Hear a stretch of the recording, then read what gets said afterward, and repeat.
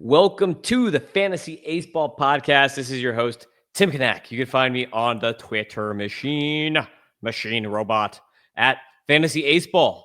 And you can also find Doc, who's with me, looking down. He's like, what? When's Tim going to intro me? At Doc Eisenhauer on the X machine, the Twitter machine, whatever people call it. I think the Twitter thing is kind of going away. I still say it every now and then, but I feel like X is now more prominent than Twitter.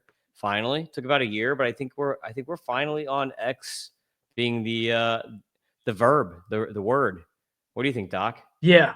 No, I got weird things on the cigar. I wonder if it's mold, and if it is, I'm just gonna smoke it anyway. A moldy I don't cigar? think so, though. Is that possible? I don't think so. I think it's actually just it's possible? character. It is possible, but this just looks dark. I don't think that's what it would be. The other day, anyway. I heard Joe Rogan saying that people were eating mummies. So if you're going to eat a decomposing corpse from like thousands of years in the past, if you're an aristocrat that eats mummies, I think you can smoke a moldy cigar and you'll live. As long as the CIA didn't make it. Yeah. Don't want any of those accidental Castro cigars on accident. No. Twitter X, though. Sometimes I say Twitter X because it's like a funny thing to say. It's really hilarious. And then, but yeah, I've been doing X because I was that guy for a while, like everyone was, where I was like, I'm not saying X, I'm saying Twitter. It's always Twitter. But now I'm like, that's kind of lame to do. So I'm just gonna say it. Now I'm gonna be the opposite. Now I'm the guy who says X because that's what it is. And I will sometimes say I'm tweeting or I'll retweet it because that's got a nice ring to it. I think even Elon says tweet still on X, but I don't know. I could be wrong. So anyway, enough talk about it. Enough of that. Everyone's here because I have a new top 150 prospects that's coming out. I'm actually going to release like the first 10 today. Fantasy Pros already has all the stuff. Took me forever to write it. Took me forever to do it. And Doc, I'll tell you, like I made my list and put all my names and all that before I started writing about all the names. But then once you're actually writing about names, and you're like, you know what? I actually like this guy more than this guy. So you change, even writing the little blurbs that I put, like I was still shifting my rankings, even though I had like the stats in front of me and I went through and I made my list first. I still ended up shuffling a bunch of guys. So it's kind of funny. Like the more you put into it, like it's so easy to like move things around. I just want to say that because like fantasy prospect rankings are so dynamic. They are not static at all. Like this just such a dynamic process that like you're constantly moving things. I've been in 1 week. There's going to be a name on that. I'm just like, how did I forget that guy in my top 150? And then, or there's going to be a guy like, how did I move that guy that high? That guy sucks. I'm going to be like, oh, I should have moved him completely. So they're just very dynamic. And I just want to start off the rankings with that note that like, this is a ongoing process. Obviously, like there's the phrase prospect growth is not linear.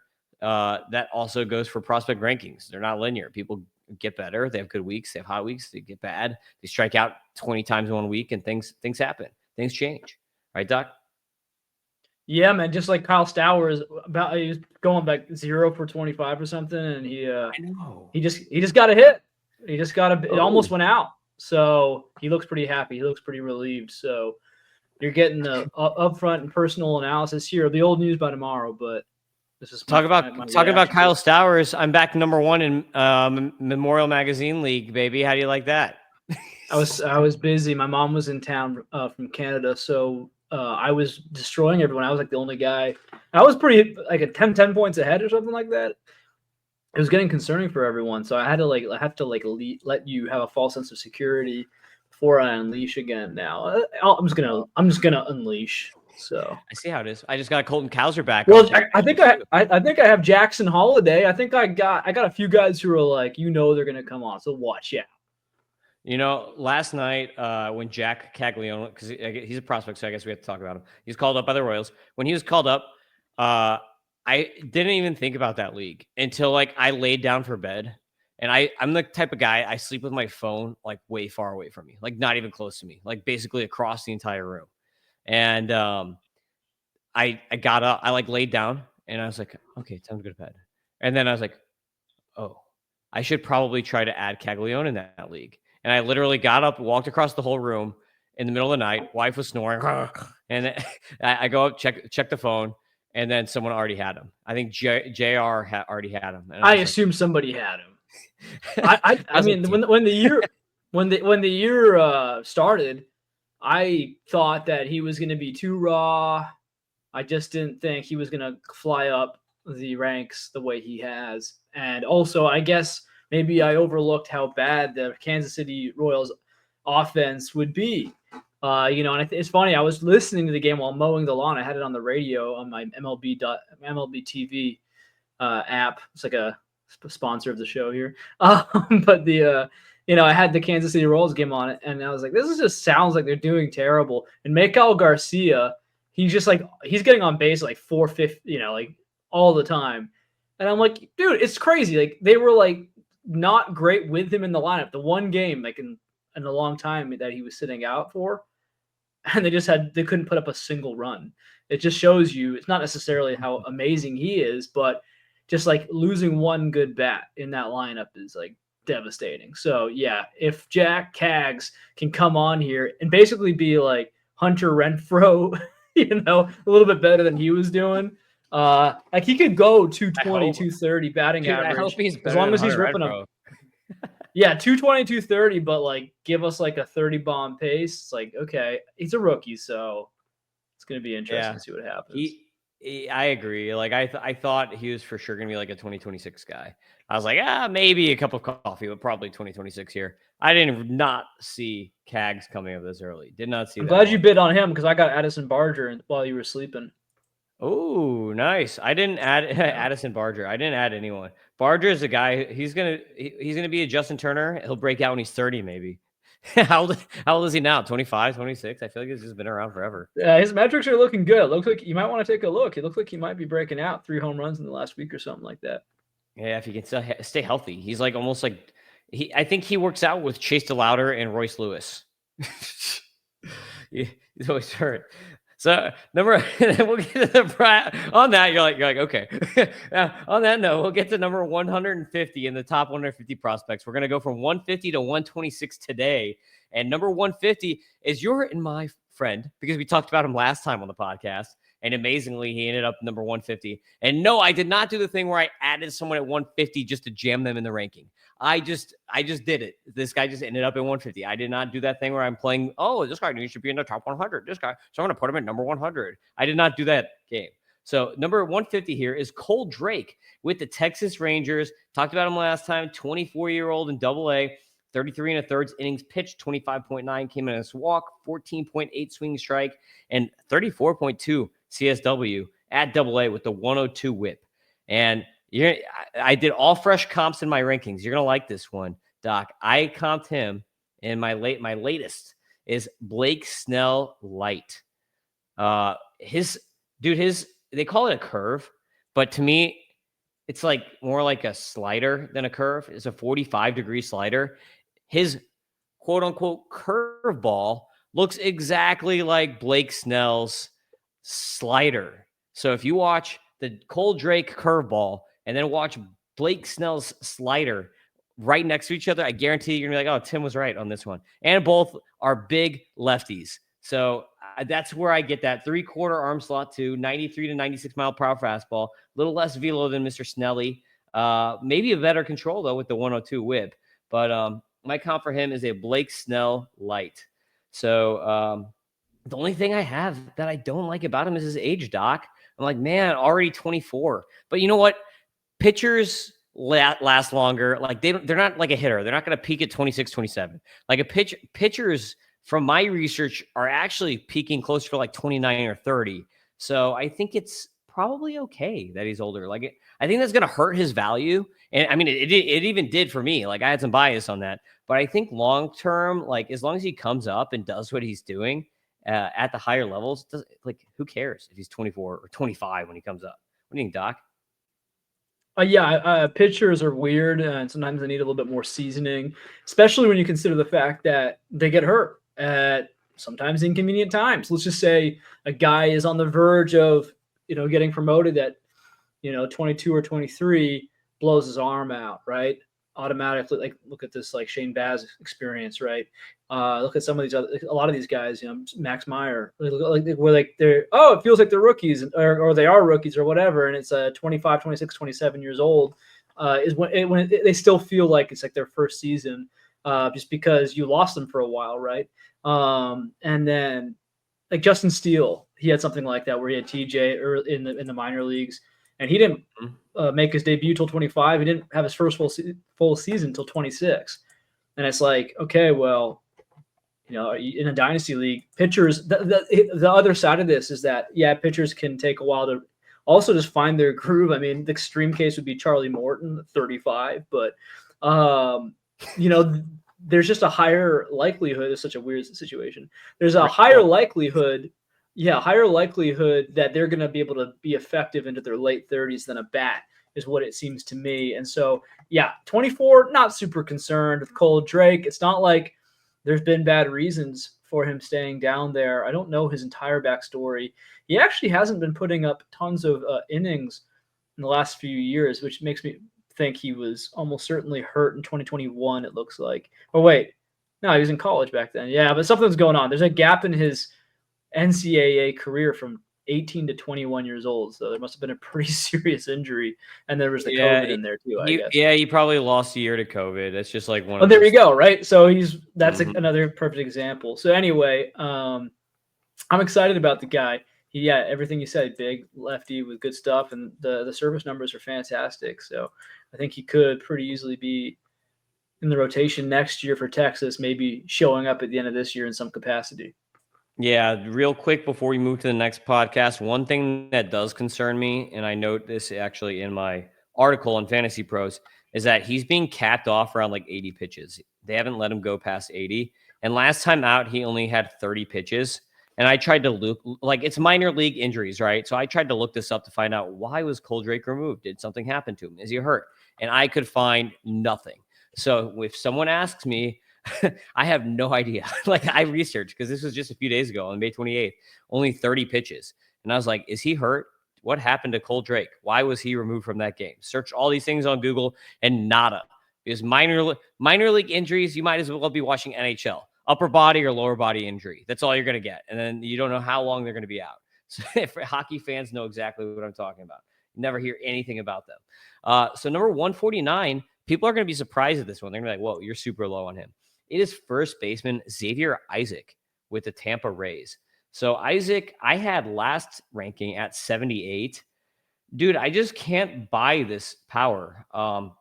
This hit tool. So Xavier Isaac has really good power on the season, though. 222, 398, 542 slash, 20% walk rate, 30% K rate. Only 10 extra base hits with 6 home runs from Xavier Isaac. People like it because when Isaac hits the ball goes far. And people like to watch highlights. So that's why people love Xavier Isaac. But Doc, nobody's going to look at this but me. But he had, against lefties, he is 0 for 31 on the season against lefties this year. And he's a lefty with a 48.4% K rate against lefties. Like, this dude is a platoon hitter on the Rays. He's a platoon.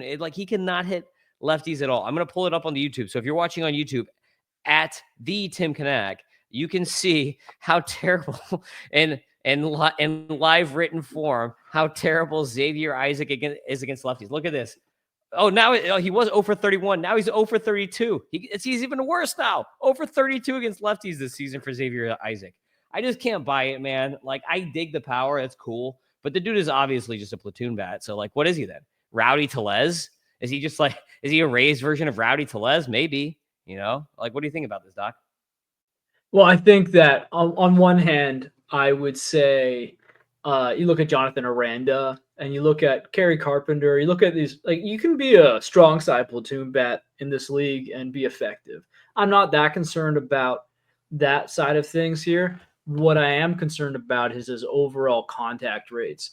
They were dipping off last year. So 2023 in high A, he's 71. Like, okay, great. And then last year, he ended up with a 60% contact rate. This year, he's got it up from 55 at AA last year to 64% contact this year. This is still not good.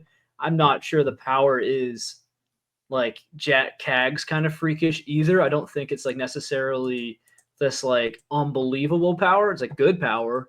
So if you're going to strike out at a 30% rate or higher, you have to have kind of freakish power. And yeah, when you get into that conversation of now when you add on top of those issues, and I know some people might have expected the stolen bases to keep up. They are gone. He has stolen one, caught twice.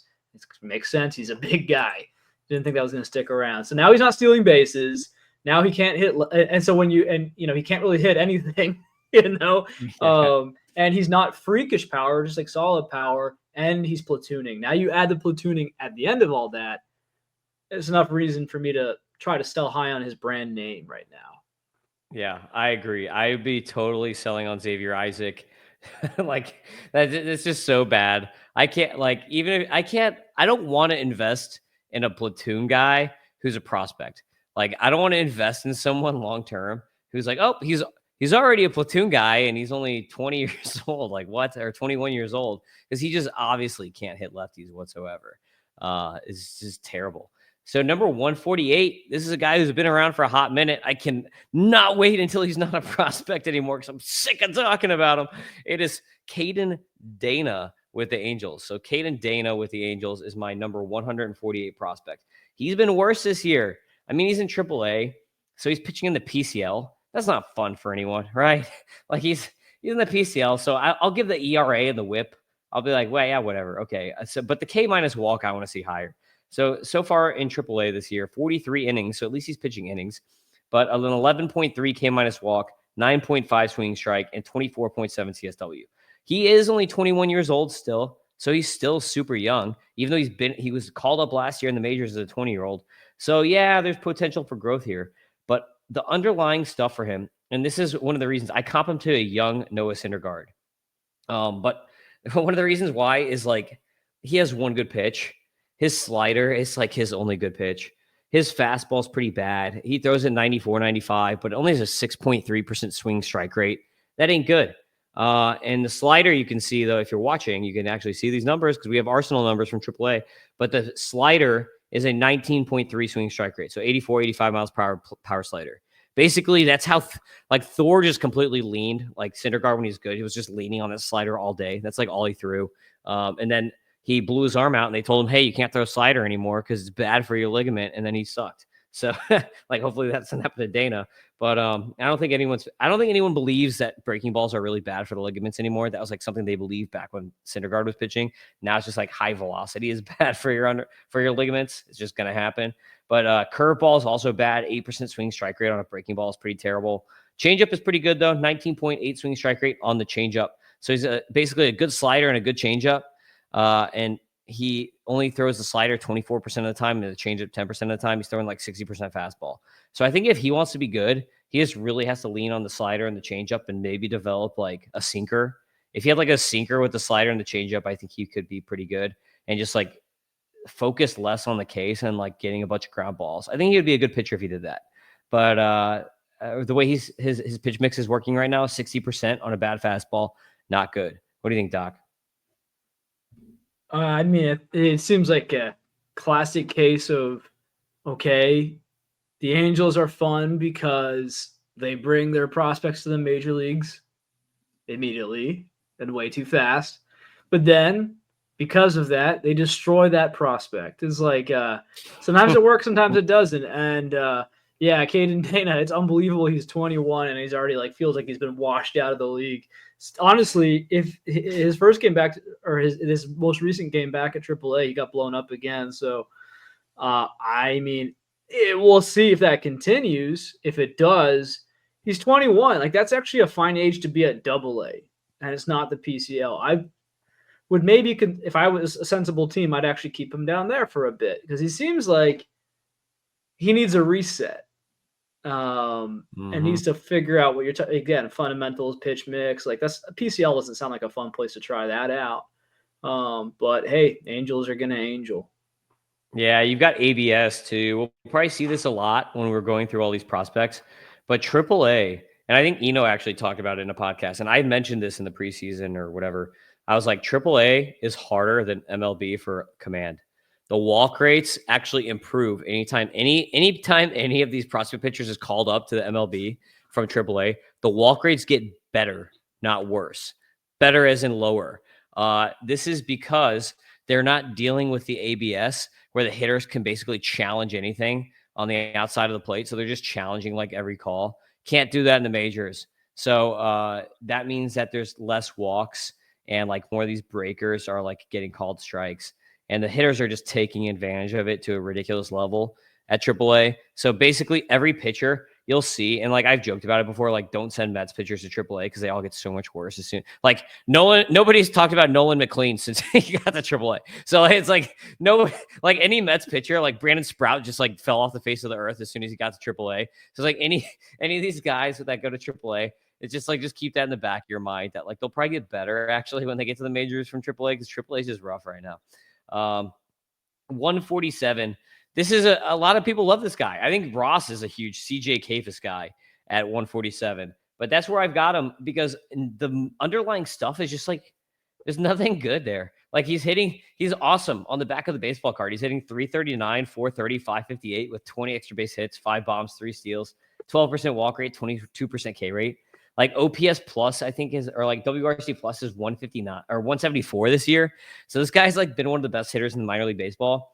And you're like, Tim, why do you have him at 147? Even Pipeline put him in the top 100 when they released their rankings. But there's just like nothing great here. Like my comp for him is Spencer Steer because he's like a 6'0" first baseman with just like average across the board underlying metrics. The only thing that he does really well is line drives. He has a 29.4% line drive rate. So that's the only reason why his stats are so good is because he's just really good at barreling the ball and gets a like really good amount of line drives. But he only has a 69% contact rate, 81% zone contact rate. His barrel rate's only 7.4. He just hits a lot of line drives for whatever reason. His EVs, 88.6 average EV. That's okay. 103.8 90th percentile EV is actually below average for a minor leaguer, or I mean for a major leaguer. So all he does is just like 14-degree launch angle is great, and 29.4% line drive rate is great. That's all he does. Like besides that, everything is just pretty average. So I think this is just like a Spencer Steer type thing where like he's outperforming his underlying metrics and his tools by just great launch angles. He's just like a launch angle darling. Like this guy is just he's like the swing. He's the king of good swings, basically. Like that's all he could do is just like king of bat path right here with CJ Kafis. What do you think about Kafis? Yeah, he's super mid, is what you were trying to say. Yeah. Basically. Yeah, I mean, I'm trying to see what position. They got him at first, but they also have him in the outfield, which is good because he's going to need some versatility. They got him not really DHing at all this year, actually. Just in Double-A, he was doing that for a few games. Yeah, I mean, this is like a really boring profile. Could work out, but his contact rate is not even really good. Again, I actually don't care if you're around 70 or below, as long as it's not too far below, and as long as you have really good power. His zone contact rate's nice. So it's not like it's just like it adds up to, I think you're pretty good with this. Spencer Steer, a less sexy Spencer Steer. Yeah, Spencer Steer who can play less positions. Exactly. He can't play third. Well, and like won't steal you bases. Yeah. So I mean, he's got 1 inch of height on Steer. So there's that. He cracked it. He's 6 foot. He's not that pathetic 5'11". Gosh, disgusting. Come on, Reds. Get him in the morning. Measure him in the morning. Come on. Yeah. So anyway, I don't know if Ross necessarily loves him. I just know that he has tracked well on Scout the Stat Line, which is great because nobody really knew about Kafis a year ago, and he's worth knowing about. But I think we've reached the point now where it's so interesting, the prospect arc sometimes. So who's this guy? He's kind of cool, boring. Maybe a Manzardo type, which like we don't even know who Manzardo is right now. But maybe he's a Manzardo type. And now we're like, oh, maybe mid, and now we're like kind of, oh, maybe, yeah, we're trying to figure it out. And hey, how old is he? He is 23, so not the youngest prospect. We'll find out. He's a lefty, which helps, I think. So we'll see if he can carve out a role. If he's going to carve out a role on a team, of course it'll be Cleveland.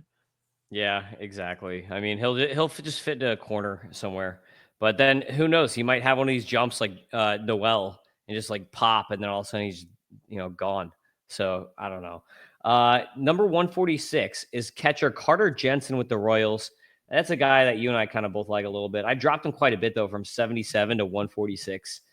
Uh, Part of that is maybe because of worse performance from last year to this year. But I think a big part of that is also I just like other guys, like younger, a lot of pop up younger guys better. And a lot of guys from last year's draft have just turned out to be awesome.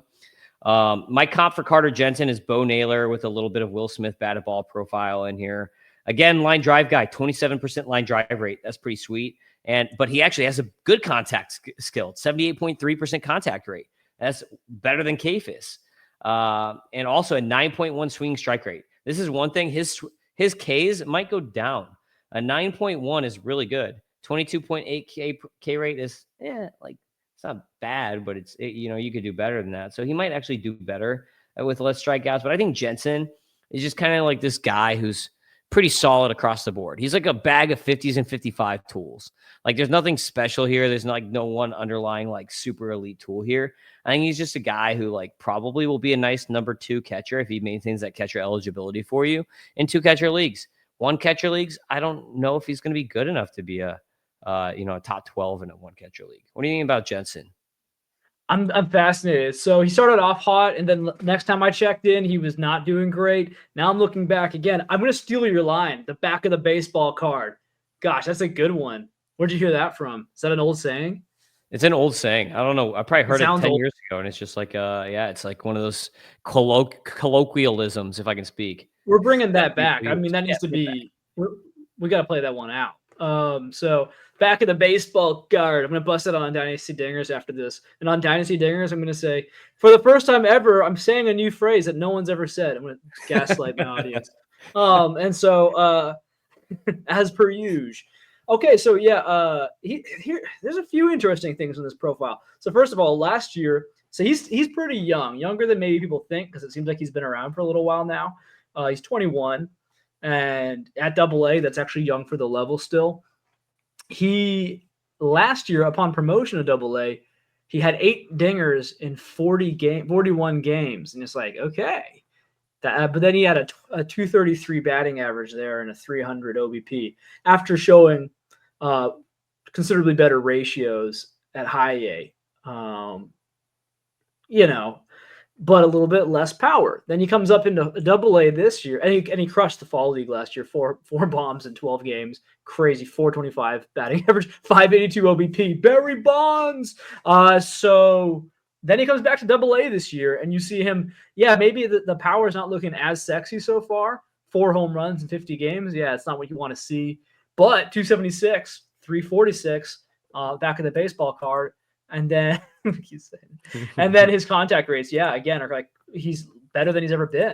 And like that's more exciting. Like I know there's power in the profile. So the fact that he's hitting the ball this much and showing improvements at 21 in AA, now, man, I'm fired up because I was a little disappointed. Like I said, last time I checked in on this guy, this is the first time in a couple months now, maybe a month. Yeah, first few weeks he was hitting that nice, and then I guess a month ago he fell off a little bit. And so, yeah, I'm seeing him still as the catcher of the future in Kansas City. And he's from Kansas City, so it's a great story. I'm excited about him. Imagine him and Noah Cameron, another local kid. So that would, pitching and catching. That I'm higher than I was. I'm like just as high as I was, if not higher than my last ranks, and he was top 100 for me. So everyone listening, this rank is wrong. It's not where Carter Jensen needs to be. I just think he's a Dalton Varsho. Like I think he's going to move off, and I hope he maintains the catcher eligibility. Reason being is Blake Mitchell. Mitchell is a higher draft pick, more pedigree. I think they're going to want Mitchell to catch, but that's just a little bit of a gut feeling there. 145 is shortstop Johnny Level with the Giants. This is a fun one, new one to the list here. He's in complex league only right now. 253, 359, 480 slash, 13% walk rate and 15.2 K rate. You gotta love that when the K rate is so far down and that walk rate is right there, almost more walks than Ks. We can't even pull him up on John's Tableau for if you're listening, John PGH is tableau because he doesn't have complex in DSL. They don't even count in John's mind. They're so far away, just they're fiction. But he has 10 extra base hits, 3 bombs, 7 steals in only 21 games so far as a barely 18-year-old at the level. My comp for him is a mash between Asdrubal Cabrera and a light Francisco Lindor because he's a switch-hitting fire hydrant, built shortstop at 5'10", strong dude, over 200 ISO at 17 years old last year in DSL. He had a 100.7 90th percentile exit velocity. So just imagine this, Doc. His 90th percentile EV was only 3 miles per hour lower than Kafis when Level was a 17-year-old than Kafis right now. So this guy's got some power from shortstop. But I don't know. The last shortstop who had power at the Giants was Marco Luciano. So hopefully he does not traverse down that route. What do you think about Johnny Level? Good name too. Good baseball name. Okay, well, you're stealing my line. That was all I had, bro. All I had was the name. Oh, gosh.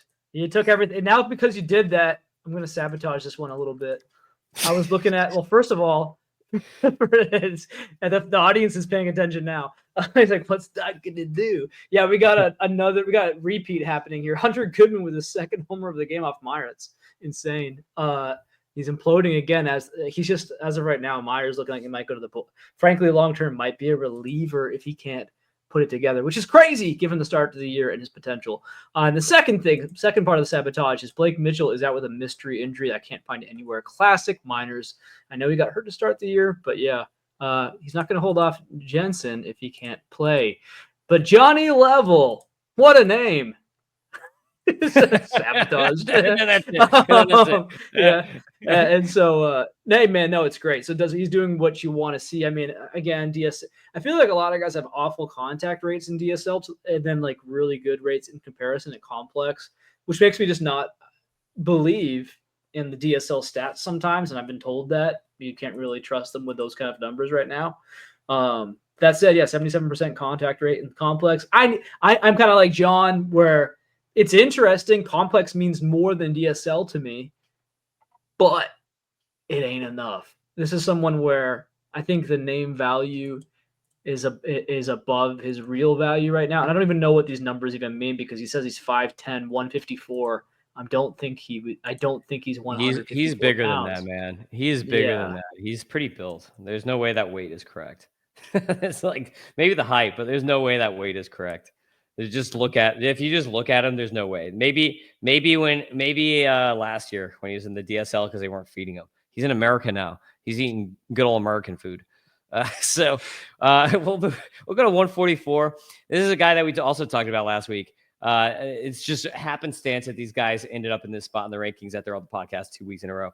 But 144 starting pitcher David Davil. This is the one we couldn't pronounce. Davalillo with the Rangers. This is the dude who was leading the minor leagues in ERA last year and do it again this year. 44 and a third innings pitched, 31 K minus walk, 14.6 swinging strike rate, 102 ERA, 0.72 whip.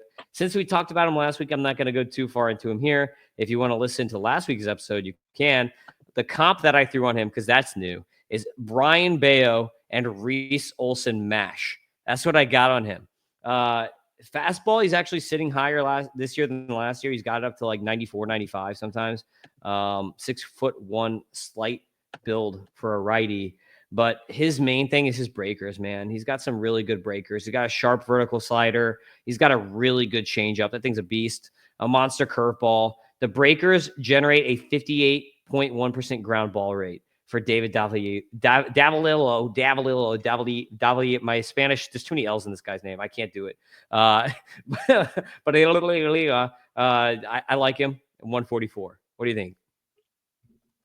Yeah, I mean, we pretty much covered it last week. He's a new name for me, but someone who, him and Mitch Bratt and Cole Drake, the next generation of Rangers prospect arms, and they're going to need them. They're going to need them up there because you always need more pitching. So you'll see them either this year or next year in the major leagues. Get this one. I'm going to give you another Rangers arm here. My number 143, three Rangers arms already, man, and we're not even 10 through.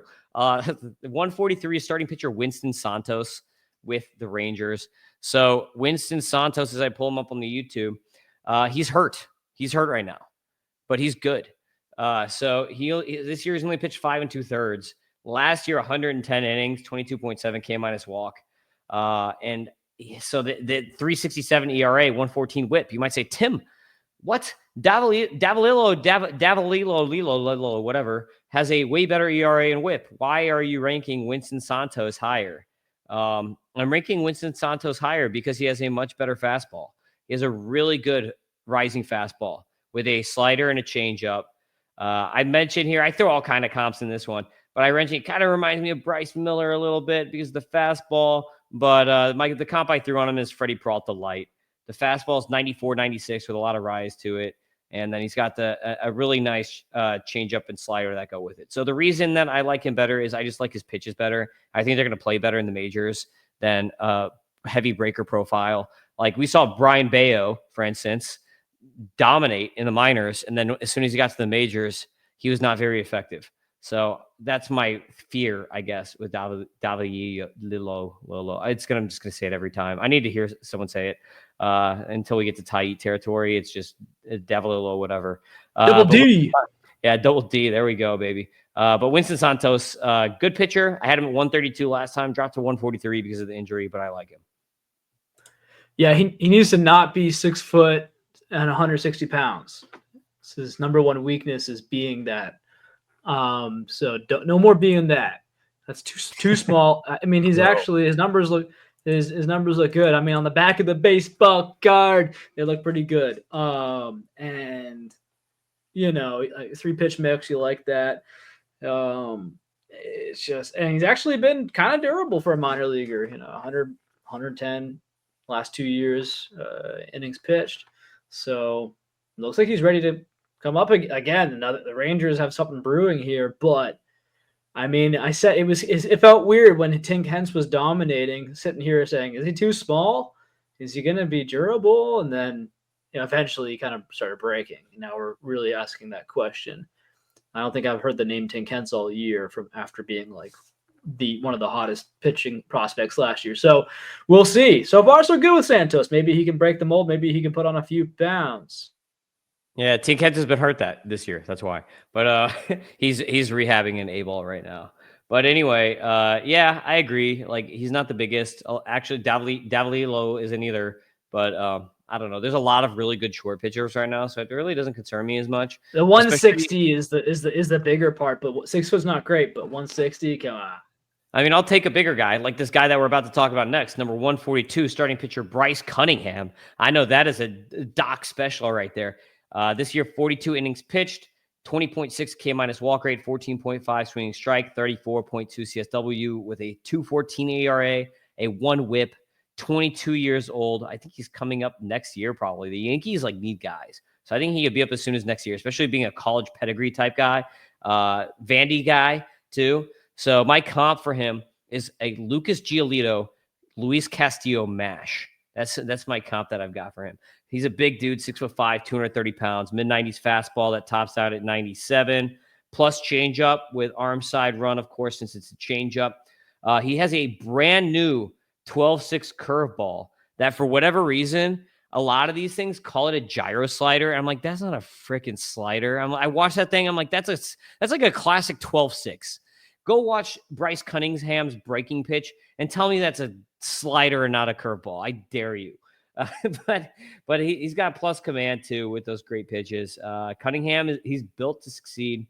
You know, he's already one of the things too that you're gonna love, Doc. Look how many pitches he's already throwing. This dude was just drafted. 92 pitches last time out, 82, 94, 92, 92. He's pitching more pitches than Cole Drake, who's been around for a hot minute. So I love that this guy is already becoming a horse. Like, is he the Quinn Matthews maybe of like this year or like last year or this year, whatever. This year's Quinn Matthews is going to just pitch a ton, to get a ton of Ks because he's going to throw the most innings in the minors. Like, he's built. He could do it. Well, he probably won't do it because he just went on the 7-day IL. But Yeah, it was a bummer. I just saw him on there flagged. I'm like, gosh, darn it. Apparently, he's been on there for a little while since the 18th. It looks like. So probably won't do that. But hey, assuming and hoping it's not something major, um, then yeah, I'm in because he's got everything you want. You know, he's a righty, 6'5", 230.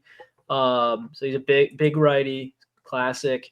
I love that he's doing a 12-6. That's fun to hear. And yeah, I remember that Lance Brzezowski was big on him, and so that got me looking into him in FYPDs, and he was going on a good value. And I'm frankly looking at him and Ben Hess. I was like, I kind of like Cunningham better. Seems like he's like got less of an injury history.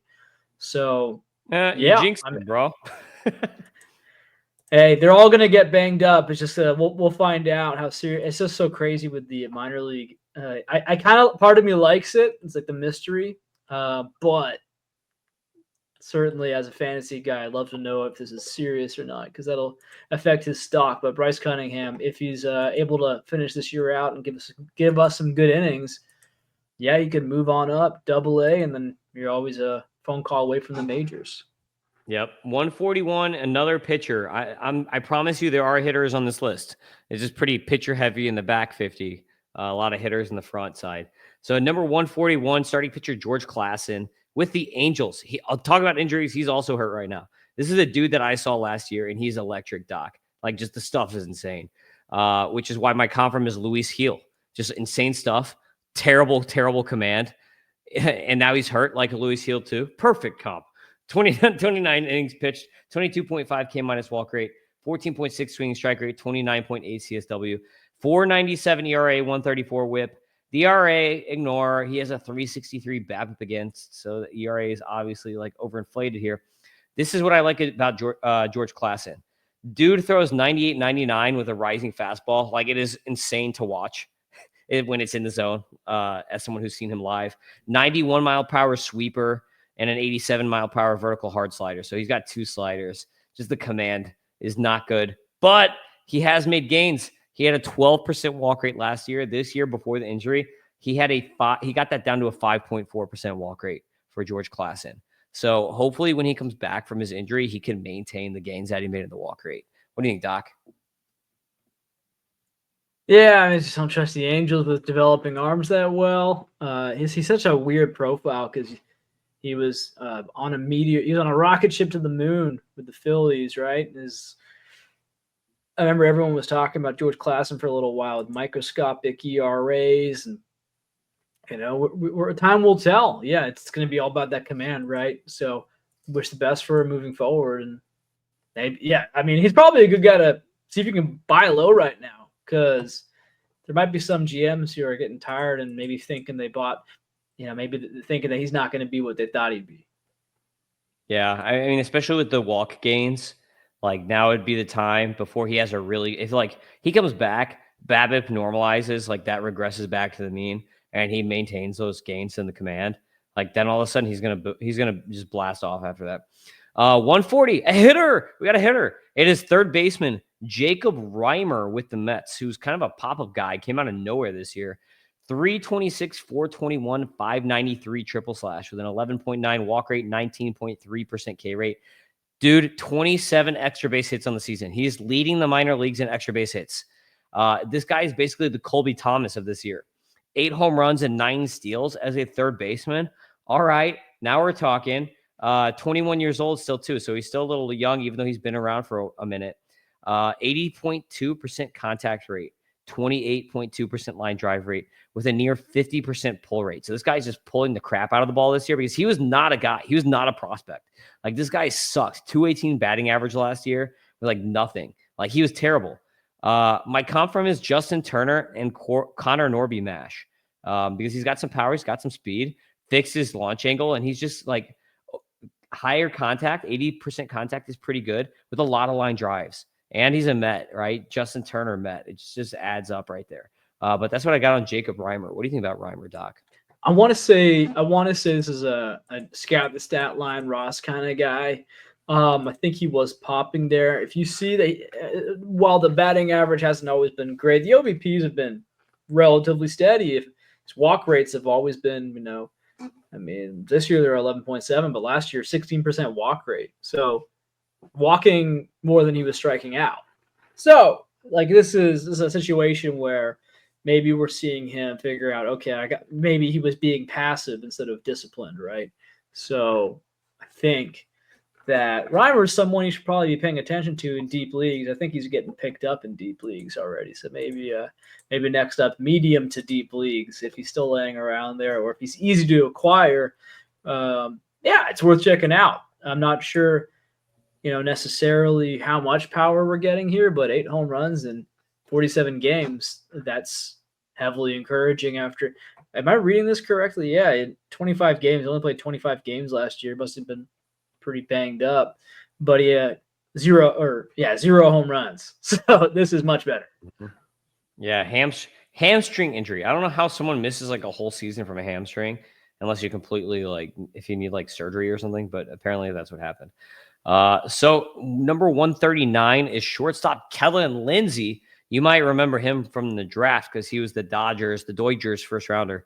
So Kellen Lindsey, he's actually doing it in A-ball, man. He's not even in complex. He's sent straight to A-ball. 280, 394, 390 slash. So not much power so far, but 15.5% walk rate. K rate you don't like, 31.7, but I don't think it should be that bad based on some of the metrics. 9 extra base hits, 2 home runs, 10 steals. This is a speed guy. My confirm is a super light mash mold of Mason Wynn and Trey Turner. Tall, lean, athletic shortstop. Dude played QB in high school for 4 seasons. So he was like the freshman QB star or whatever on the team. And he also is destroying lefties when you look at his stats. Look at him against lefties. 400, 516, 560 slash against lefties. So just absolutely mashing lefties. But the reason I think that his K rate is not going to be that bad is he's a 66.2% contact and only a 12.2 swinging strike rate. That's not that bad. That's like actually pretty average, those numbers, especially for someone his age as a 19-year-old in A-ball. And he is only swinging the ball 36.7% of the time. So I think his problem as my hitting coach in me thinks that he needs to be more aggressive in the zone and get the bat off the shoulder and try to get some hits and use that speed, use those legs a little more, because I think that he has a lot of called strikes, and that's the reason for the strikeouts, because 12.2% swing strike rate does not really equate to a near 32% K rate. So get the bat off the shoulder, swing the bat more, stop getting called out by being patient, bro, and let the legs play. Yeah, Kellen Lindsey was. It's always kind of funny. Again, these prospect roller coasters, right? Sometimes these guys will have like a week where everyone loves him. I feel like Lindsey had a little roller coaster peak during the offseason, and I haven't really been hearing about him as much since. But being a Dodgers prospect, it's interesting. We had James Anderson from RotoWire on this week, and he was, we kind of came to the conclusion: are the Dodgers actually that great at developing prospects? It's interesting because we have this idea that they are, but their pitchers can't stay healthy, and how many of their batters are actually homegrown? You start wondering, right? Okay. That said, I mean, clearly it's a good organization in terms of getting things done. Hey, yes, they know how to spend money, but 0.8% contact rate at low A, not fantastic for me, but he's a teenager, so I don't really care that much.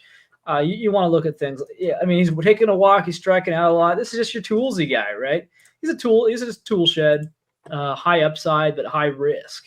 He's currently on the undisclosed. Like half these guys are undisclosed 7-day ILs right now, so I don't even know what's wrong with him. But yeah, it's I don't have a ton of opinions on the guy, but he's someone I'll tell you this. He got a $3.3 million signing bonus, which is not bad. First round pick. Dodgers know what they're doing. So that's a good bet to make. But yeah, at the end of the day, this is probably a guy to buy low if you're interested at all in the profile, which I mean, yeah, 10 stolen bases in 28 games. That's worth kicking the tires on. Yeah. 138 is starting pitcher Brandon Sprout, the aforementioned guy who fell off the earth with the Mets. AAA numbers this year, no bueno. 46 and third innings pitched, 5.9 K minus walk.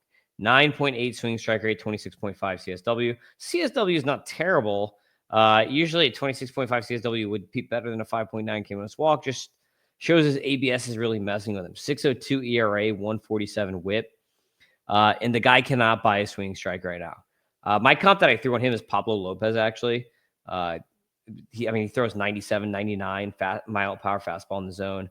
His best pitch is that fastball. It has a 10% swing strike rate, which is pretty good for a fastball. His sinker is probably his second best pitch because it generates almost a 70% ground ball rate. Let me throw his numbers up here on the board real quick while I'm talking. So besides that, his sweeper pretty much sucks. 10.9 swing strike rate on a sweeper is not good. That's supposed to be a strikeout pitch. And then he's got a slider that only has a 12% swing strike rate. So his slider and his sweeper have just like completely failed him. And I think what we've seen here, Doc, because he was so good at AA last year, is that those pitches he cannot locate in the zone. He gets guys to swing and miss at him outside of the zone, but because these guys now can rely on the ABS, they're just calling him, man. They're just calling the bluff on the slider and the sweeper. They don't even swing at it, and it's just ball, ball, ball, ball.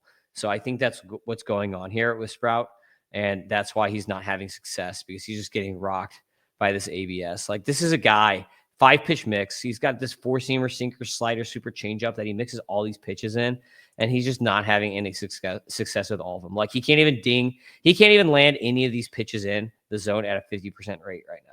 So that's what's going on with him. I mean, like, I hope that he can get back to what he was doing at AA, because he looked so good, but he's just been so bad at AAA. What do you have on him? Is he just like off? Are you selling? Are you going to buy him low, or are you just completely sold out on Sprout right now? I think it's hard to throw that many pitches, but as we're seeing, it can be harder to land them all for strikes. So I'm buying low if someone's selling low. Depends what I'm not actively pursuing him, but if someone's trying to move on,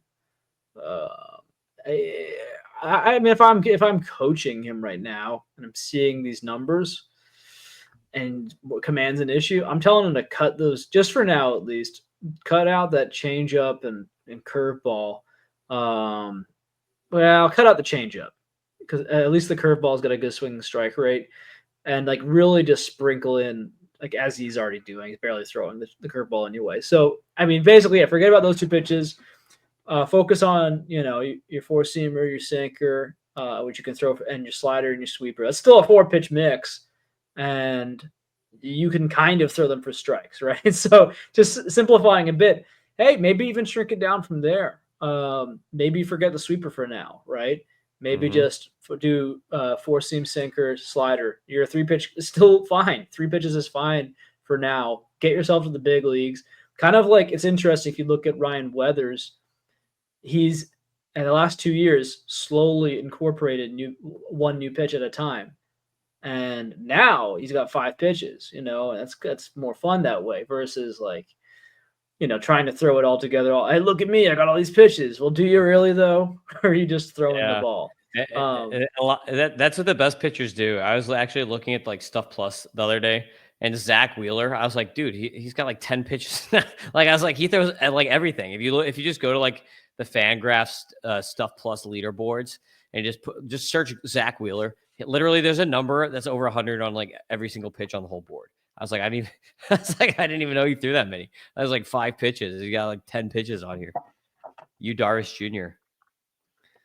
So 137 is going to be starting pitcher Owen Murphy with the Braves. He has not played this year. He was awesome until like May of last year, and then had to get Tommy John. So he should be back pretty soon. It's been like a year. He had TJ last May, and he should be back maybe in a month or two, getting into game action. He'll probably start off in like complex or whatever and work his way up. But just don't forget about Owen Murphy. This is a guy that you can really buy for nothing right now. Last year, in 41 innings, he had a 31% K-minus walk rate with a 1.54 ERA and a 0.73 WHIP.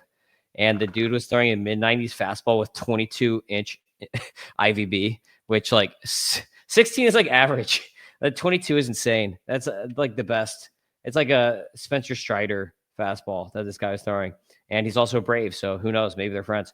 He also throws a curve and a 12.6 slider. So it's kind of weird that he's got a curve. and a 12-6, or sorry, yeah, he does like a curve and a 12-6 slider.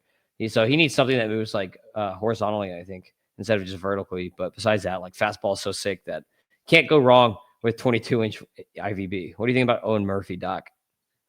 We're doing 25 guys tonight, right? Yeah, we got to All crank. right, then.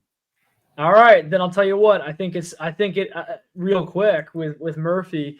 Just that he was like basically the buzziest pitching prospect. Was it last year? It feels like it was 3 years ago now, Yeah, right? last year.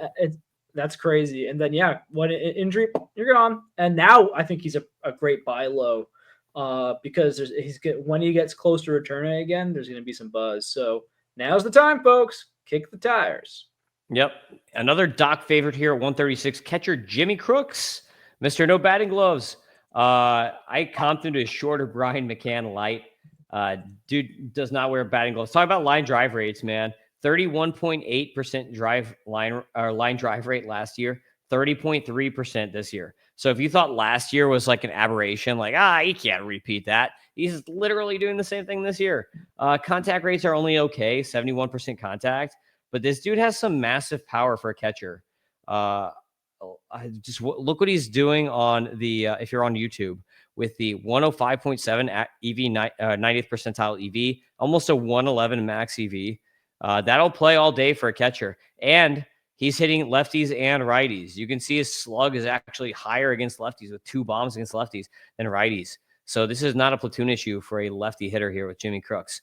This dude just mashes, and he's also a phenomenal defender. He's got one of the better arms in the minors for catchers. So he's going to play a lot. Probably even Ivan Herrera is going to be, I mean, he already is just like the DH at this point, but like Jimmy Crooks is going to be the catcher of the future for the Cardinals. Yeah, no, it's weird to say that when thank God Kerry Carpenter finally hit a home run. Jeez Louise. He's been okay. I think you said that last podcast, dude. Every podcast he hits a home run. He gets one podcast early every week, then disappears, I guess. So now, gosh, I forgot exactly. Oh, Jimmy Crooks, my boy. No, so he's Jimmy Crooks. Kind of, his walk rate is dropping and his K rate's rising. He is at AAA now, so it's 40 games in. He'll probably. I mean, I guess if that's the worst he's going to be at AAA, while the back of the baseball card looks nice. We have to have a little tracker at the bottom every time I say that now. We should. Bing, bing. But, he's got 90 plus average EV, and that's a fun way of saying 90. He's like on the dot. But he's in the ball hard. Contact rates are fine. Like, hey, if it's a 71 contact, but, 83 zone, it's like fine. He seems like he'll just be like, he'll hit 18 home runs, 65 RBIs. 70 RBIs, like just like 267 batting average, 330 maybe OBP. Just like a guy. Like that's like a guy. It's a solid guy. Like an Alec Burleson behind the plate kind of thing. But in real life, I think he's going to be he just seems like he'll be a fun guy that the guys are going to like him in the clubhouse. He's a Cardinal. And yeah, it feels weird to say, he's the catcher of the future. Well, Ivan Herrera is like, first of all, you don't really want to wear down that kind of bat anyway. If he's going to be like, I don't know, maybe the best hitter this side of JJ Weatherhold. Straight up, like what's Ivan Herrera's upside right now is it could be the best the best hitter for the Cardinals over the next 5+ years, maybe the next 10 years. Maybe he's a Pujols-y, kind of guy. Maybe not going to be Pujols, but he's going to be that Hispanic dude comes up in here and just kind of rips it through. And so if you have that, if that's what he's going to be, which is a big if, but at least maybe he's looking like an all-star, you don't really necessarily want him behind the plate, getting his knees busted up and, getting sore. And you want him focused on hitting. And so whether that's DH or first base, whatever, I don't think he's caught since he came off the IL, to be honest. Like, I think he's just been a DH. He's been a DH pretty much every day. Cardinals running 4 catchers now with Contreras at first, Herrera at DH, and then Pages. They got Pozo still up. That's hilarious. I thought he'd be gone. Yeah. So we'll get to number 135. That's Ben Hess. You already mentioned him in the podcast. He's in the same little block here. I've got Hess ahead of Bryce Cunningham, actually. And the main reason is just because he throws 99. You can't go wrong if you're 6'5", 255 pounds, and you can throw 99. And you can see, like I talked about how durable Cunningham has been before pre-injury, but look at even Hess, 97, 97, 99 pitches. I mean, like he's walking guys, but like last time we talked about him, I was like, this guy's the next Lance Lynn. I comped him to Lance Lynn, and like he's doing the Lance Lynn thing. Strikeouts, walks, doesn't matter, like whatever. Just Earned like getting runs. out. Huge dude. Yeah, exactly. As long as he doesn't have the Lance Lynn year where he gave up like 50 home runs or whatever that was until he got to the Dodgers. As long as he can avoid that, I think he's good. But huge dude, 99, well-rounded curve, slider, changeup arsenal. So just basically like the classic arsenal here, 12-6 curve. Like this is like your classic pitcher. He's just a big boy that throws 99. Yeah, I mean, he's actually barely letting in any home runs, 0.2 per 9. But yeah, he's letting too many runs right now, which is not great. Probably coming from that walk rate. He's got some work to do, but yeah, and at this point, you just want him to stay healthy and finish the year close to 100 innings would be a success at this point. I like those two guys, man. If you get both those guys making it all the way up to the bigs, it'd be fun for the Yankees in the future. Just a couple of big old boys take over for Colsey, right? Yeah, they're gonna be I can't even imagine you go to a party with those guys. They just probably walk together everywhere. 134 outfielder Enrique Bradfield Jr. We got a speedster here, Doc. 260, 365, 356 on the year. So higher OBP than the slug. 12.6% walk rate, 20.7 K rate, 6 extra base hits, 8 steals in 23 games. Is he hurt too? I come to the Juan Pierre and Victor Scott VS2. So solid hit tool, 74.2% contact rate. So pretty solid hit tool here with pretty good plate skills and a lot of speed and great defense on top of it. So the great defense is what's going to really keep him in. He's not going to be a fourth outfielder. He's too good defensively to be a fourth outfielder. So he's going to be he's going to be exactly like how the Cardinals are playing Victor Scott right now, probably hitting ninth, just great defense in center field all the time, running when he gets on base. I think that's the future for Enrique Bradfield Jr., which is a good fantasy player for you. Well, Doc, you're muted. Not again. No, I know. Every fly. Yeah, I did know because I was using my little laptop finger mouse, which is just so ineffective. But I did a no face so you would see that something was wrong and kill the dead air. So Enrique Bradfield, this guy is like the anti Chandler Simpson. And so it's funny, right? I wrote up I can't talk now, but I wrote up an article on Prospects Live, and at the end of it, I said, hey, I've got it down to 3 guys per week. Just do a little dive on, see what their future looks like. I said Max Meyer needs to develop his pitches, or else he's going to keep getting blown up. At that point, he hadn't really been blowing up. He started getting blown up. But the Chandler Simpson, I said, yeah, it's definitely like a risk here with the on-base percentage. But he's hitting the ball like crazy, and he's so fast. Like this is like a VS2 sort of situation, just no power instead of some power. And no, not really walking what you want him to do. Like VS2, no one's really talking about this, but VS2, the reason like it's not even a conversation, like when he's going in through like these little mini cold spells, it's not a conversation about playing time at this point because he's actually taking walks at a decent rate. And so with Bradfield here, with Simpson, actually, I will say that I said in the offseason, I cut him everywhere. I traded him everywhere. I sold because I heard questions about his glove. I'm like, oh gosh, this guy can't hit for power. And he's on the Rays and he doesn't have a glove. Okay, like this is not a major leaguer, unfortunately. I didn't hear anything about his glove until he got demoted. And then apparently all the Rays fans were like, you fantasy guys are all idiots. He's actually really bad on defense still. And I'm like, oh, okay. Sorry. Apparently Bradfield's good. Yeah, Brad, just because he's fast. Is anyone who's fast, you're like, oh, he's got to be good in the outfield. He's fast. He can get the ball. Yeah. So Bradfield, although I will say that, his contact rate has dropped off pretty considerably this year. I'm interested in why that is. Went from last year a AA 84%, high A 87%, to 70% at high A, and then 74% at double A. So, I mean, is he hitting for more power? No. So that's like red flag. I want to know what's going on there. He's still not really striking out that much.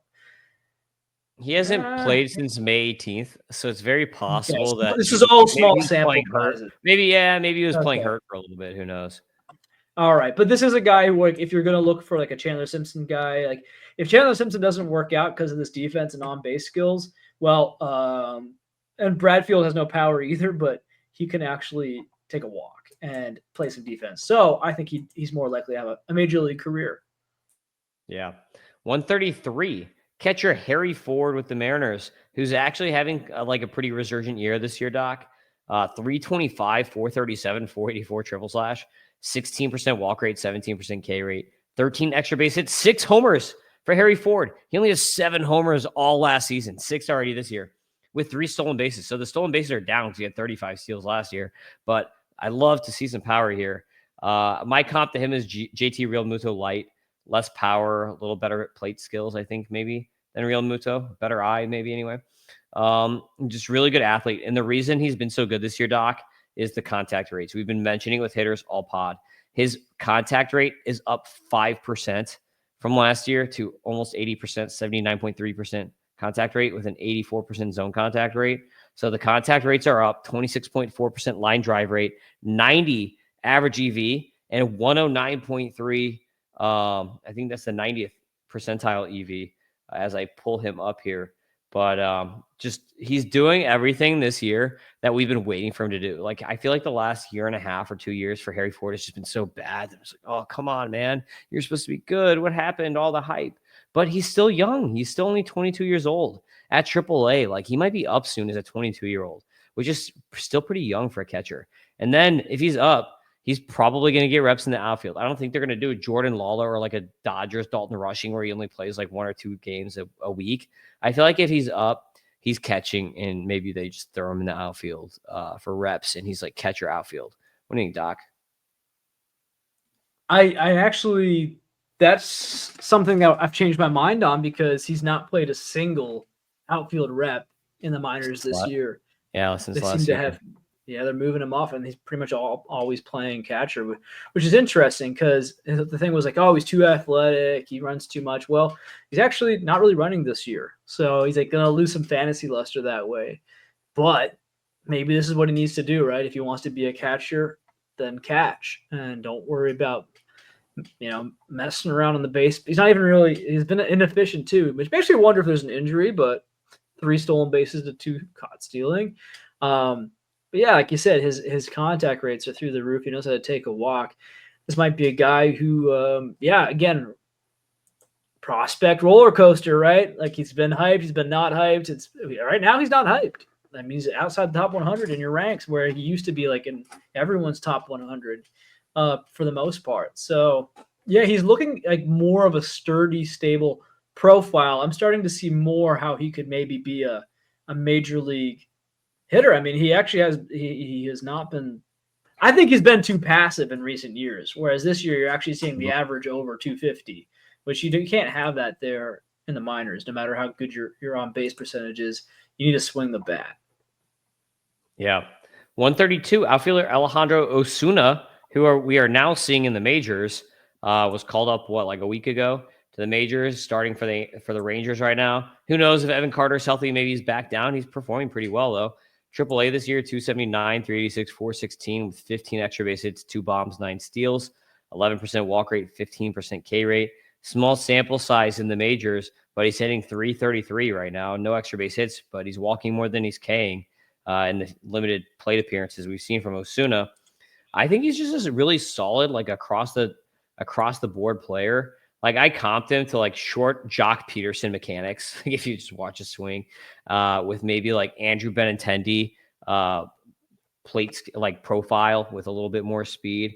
He's got really good bat control. Talk about contact rates, dude. Osuna has an 89.4% contact rate and a 93% zone contact rate. That's like JJ Weatherholt-ish with only a 22.5% chase rate. That's just ridiculous. Last year, in the years before, he was only hitting like 77 to 80% contact rates. So you can see what looks like has happened is he's traded off some power for some contact ability this year. because the EVs are also down this year from last year.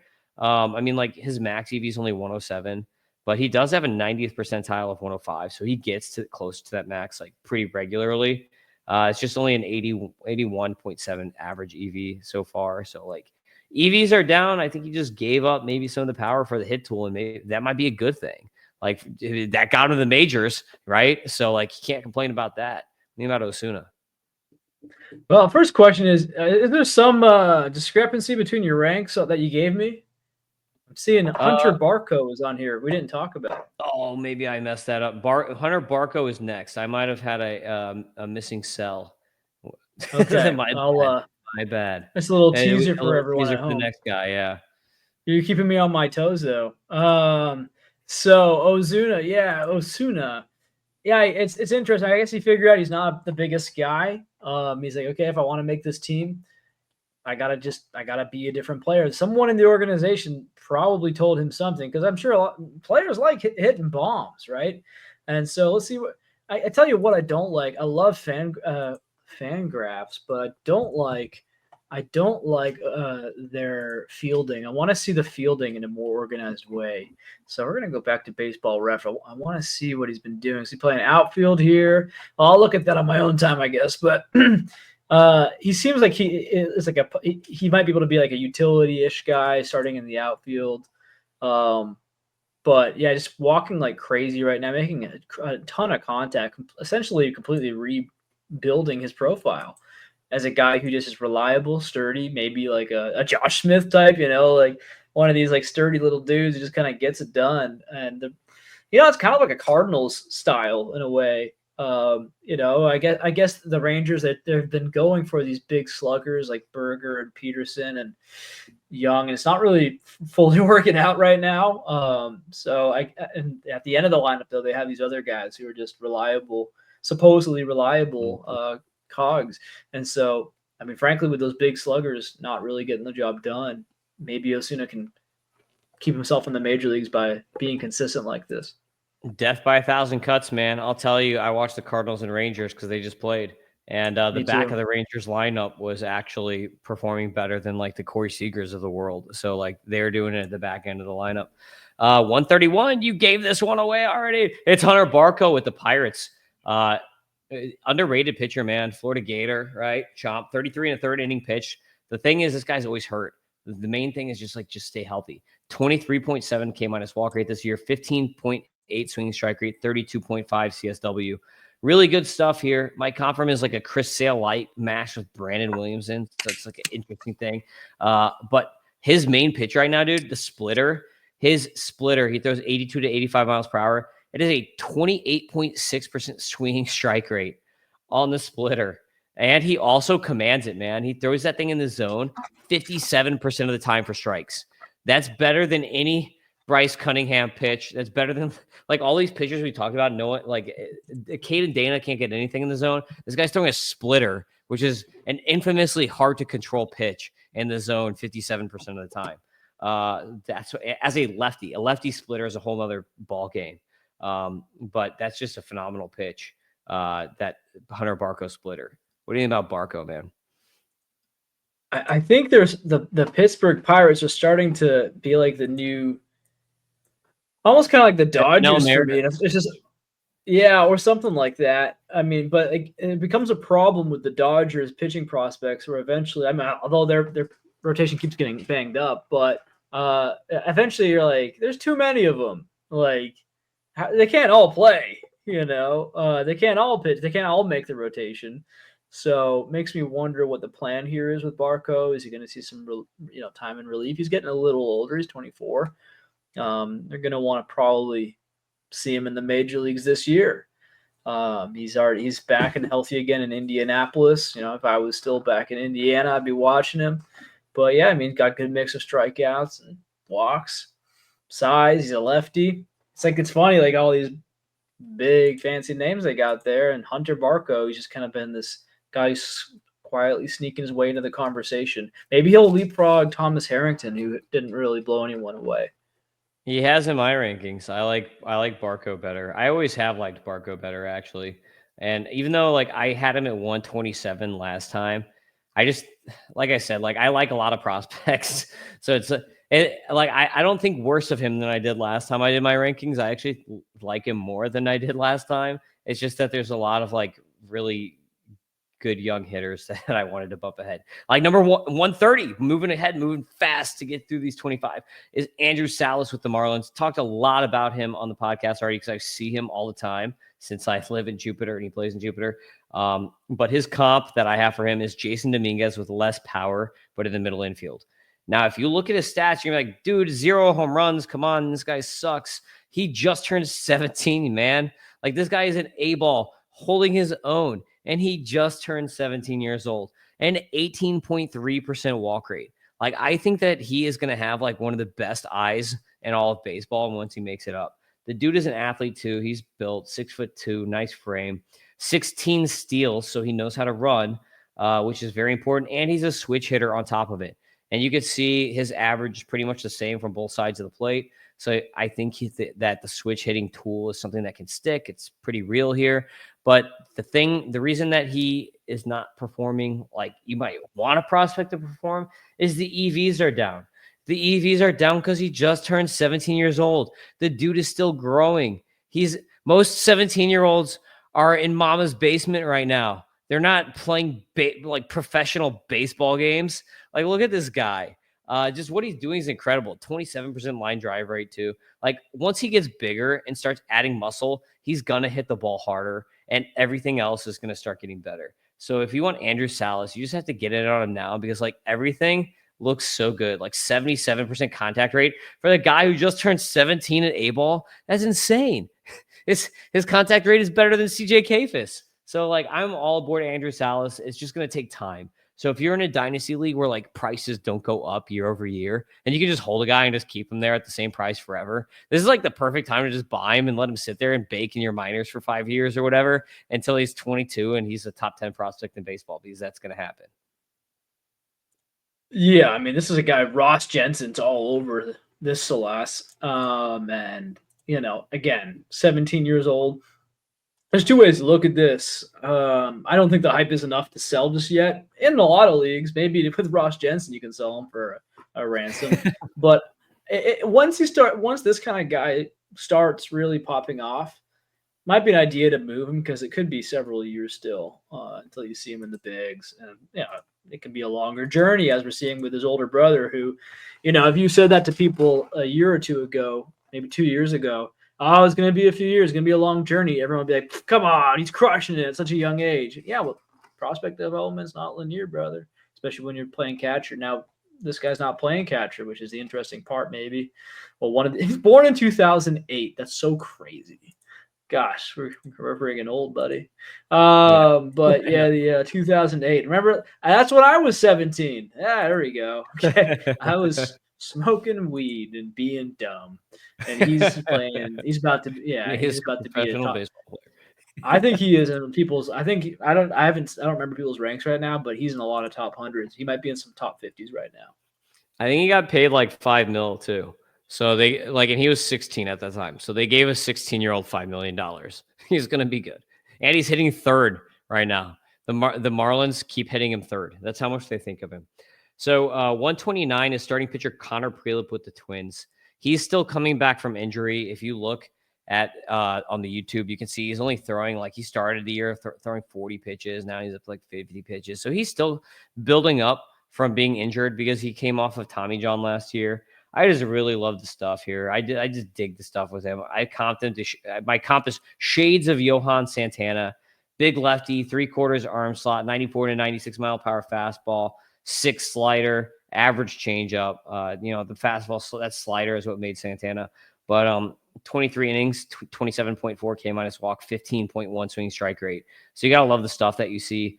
Even though it's limited because he's only going like 3 or 4 innings each time out as they're building him up here. So it'll be interesting to see how much they build him up. He's already 24. So you would think that this is a guy that if they're going to compete, they probably want him up in the pen by the end of the year, or maybe they want him in the rotation for next year as a 24-year-old, like we talked about with Cole Drake. But I just really like the stuff from Prelip.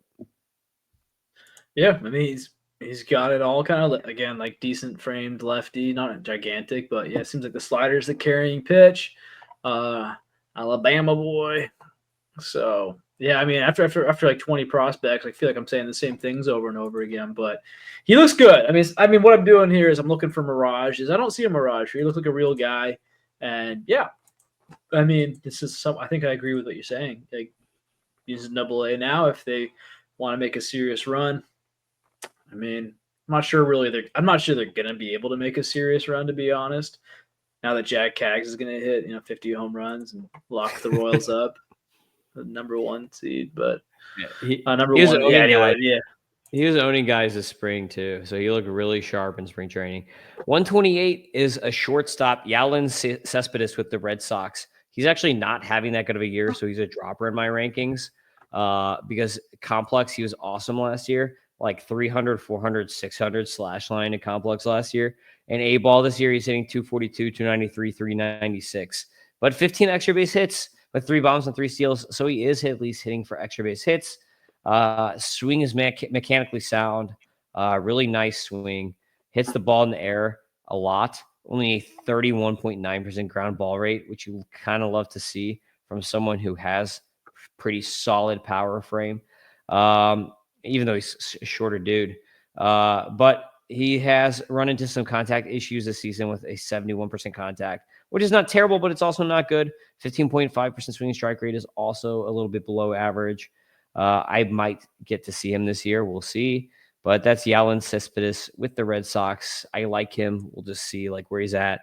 I kind of comped into like a Jose Altuve build with his same hitting mechanics, but he's a shortstop with a much worse hit tool than Altuve. So we'll see where he ends up and how if he can progress as he's having his rookie year at A-ball this year, full season ball.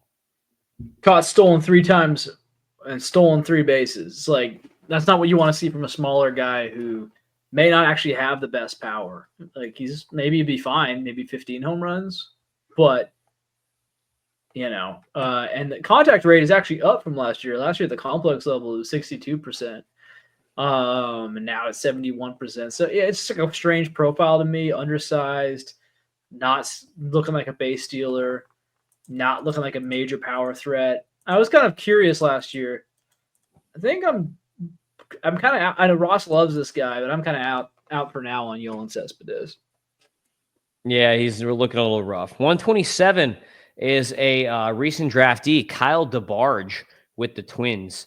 And this is a fun one here. He's hitting 271, 394, 446 with almost a 17% walk rate, almost a 19% K rate, 16 extra base hits, 5 bombs, 28 steals already for Kyle DeBarge.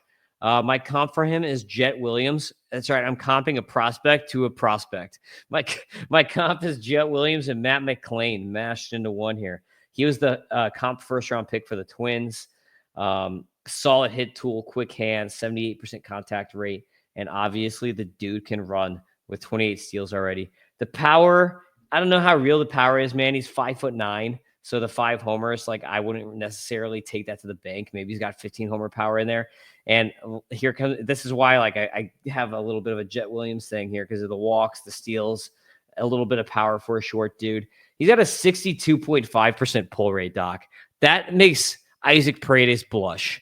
Like Paredes can't even come near a 62.5% pull rate. So I don't know how well that's going to work like as he's advancing levels because he's in high A now, but like he's just pulling the crap out of the ball. And that's where that power is coming from. Yeah. I mean, I kind of avoided this guy because I saw that he was looking safe. I mean, geez, 30 stolen bases though, in 44 games. That's fun. That's fun. What's this? He's only got caught stealing once. That's what you got to look out for. Like if a guy, the teams in the minor leagues don't necessarily care about their guys getting caught stealing that much, right? So sometimes you'll have a guy stealing 30 bases, caught 15 times. Like I just don't know if that plays in the major leagues where those kind of outs will crush a team sometimes. And so eventually you will lose the green light. And so here with Kyle DeBarge, he is a Minnesota Twin, so he will miss, the rest of the season probably for some reason. But for now, that's a joke, everyone, because they get hurt all the time. But yeah, the stolen bases are great. He looks like a real hitter. This could be a fun major leaguer. Kerry Carpenter with his second home run of the night. Oh, Okay, well now I like Kyle DeBarge because Kerry Carpenter hit his second home run of the night. this podcast is the Kerry Carpenter good luck charm. 126. This is the last pitcher we're going to talk about to round out this podcast. Is another guy that we've talked about pretty recently. It's Takeo Roby with the Cardinals, who's on an absolute freaking tear right now, man. If you could see if you're looking on YouTube his game log, but he's sitting 95 to 97 right now on his fastball, and there's a really good Cardinals prospect guy named Kareem. If you're a Cardinals fan, you can follow him I on know who X. he is. Yeah. But he posted that Roby's fastball is getting up to 21 inches of induced vertical break, which is absolutely insane for a guy who has a 70 grade curveball too. Not to mention a new kick changeup. Apparently, he changed his changeup to a kick changeup, and it's more effective now. He changed it mid-season. Like, this is just something he did like a few weeks ago. And over his last 4 or 5 games, he has 29 Ks and 2 walks. So he's on one right now. And I think he's just being healthy. Like, he was hurt a lot. He's had shoulder issues. He was hurt most of last year, which is why he was bad, because I had him as a top 100 prospect. I think I had him as like a top 80 prospect, 75 prospect before the injury. Right when the Cardinals acquired him, he was on a tear and was really, really good. But then got hurt last year. And then I just think he's back now. I think he's got all his pitches back. Took a year for him to get his stuff back. He's looking like fantastic, really. Like 4+ pitches will play all day for Takeo Roby. Oh, comp. Shane Baz. The Shane Baz is the comp. Come on. Is that a good thing? Is that a good thing? Good Shane. Well, Shane Baz actually has a really good Sierra and a really good xFIP. So I think that his ERA is a little, it's going to come back down. It's going to regress to the norm. But yeah, he even looks like Shane Baz. They got similar. They've got like the same exact repertoire, and he even kind of looks like him, same height and everything. So Shane Baz is the comp for Roby. A little bit. I mean, Roby looks a little. Roby looks a little less sickly. I feel like Baz, like, yeah, he goes from like the Aryan race into like albino race. Like, he's kind of like he's the guy in the Oregon Trail who had TB. He is the most albino-y, not albino guy. Like, he's the boy. He's not that bored. He's like that guy who's 4'8", and he's like, "Nah, I'm a midget." They're like, "Nah, not technically. You got another inch." No, thank God we're making these non-PC jokes here. What, an hour and a half in? Nobody's even listening. This is where the gold happens, folks. Let's wait till Dynasty Dingers when I have to drink more whiskey. And anyway, Roby, no, honestly, I'm getting in on him, which is like, I like the Cardinals, but I haven't really been in on Roby. Something that you didn't mention was last year he was getting lit up by home runs all year, and 2023, it was okay. He's okay. I mean, even in the fall league, then he started letting in some bombs, but this year he's just really limiting from 2.7 home runs per 9 last year in Double-A. That's not going to play. 2.7. So that's much better. He's playing the best he's ever played, basically. So we'll see if it's sustainable. But, that's what you want to look for, arsenal changes. And so the fact he's done that and we're seeing change in results, probably a good time to buy in. Yeah, for sure. So that's it. That's the first 25 that you're going to hear. And I'll have to talk to Doc off air about when we can record next, so that this isn't taking 6 weeks. Maybe we can speed up the prospect timeline here and try to get a couple in 1 week here. So we'll let you know how that's going. So maybe you'll get if you're lucky, you'll get another podcast within the next week, instead of having to wait 1 full week before we get to the next 25. But we'll see you next time. Check us out on X at Fantasy Aceball, at Doc Eisenhauer. Check out the Dynasty Dingers podcast with Doc. Check out the YouTube channel, D-Tim Kanak, and you'll be able to find the rankings for whenever they decide to put them out. I send it all the editors, and it's a lot of content. It was literally 70 pages. All this prospect stuff. I wrote a book. I wrote like a teenage girl romance novel, 70 pages. Of prospect love. So if you want to check out 70 pages broken down into 6 articles, that'll be on Fantasy Pros. So we'll see you next time. Peace out, everybody.